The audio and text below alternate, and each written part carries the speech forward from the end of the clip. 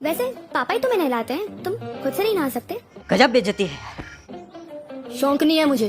बहन चोद, नहाने के लिए भी तुझे शौक चाहिए, मुट्ठी मारने के लिए भी शौक चाहिए, क्या क्या चाहिए तुझे? अगर अंधा ना होता तो। माहिला अंधा है मादर चोद, ये पहले बताना चाहिए था ना। गाली थोड़ा कम दिया करता मैं। हाँ, ओह सो सॉरी, मुझे पता नहीं था। नहीं तुझे पता होता तो तू क्या करता? आग डाल देता एक नया। मादर चोद की बेटी। मजा नहीं आ रहा।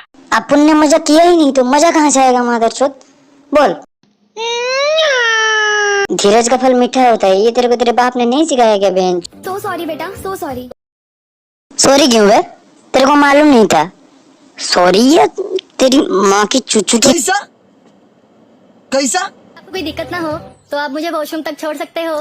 खेल खत्म हो गया। बेटा नहा लोगे ना खुद? नहीं तू जा उसके पास, फिर लोड़ा धोना शुरू कर देना, फिर उसके बाद पूछ लेना कि तू हक पाएगा या वो भी मैं कर दूं।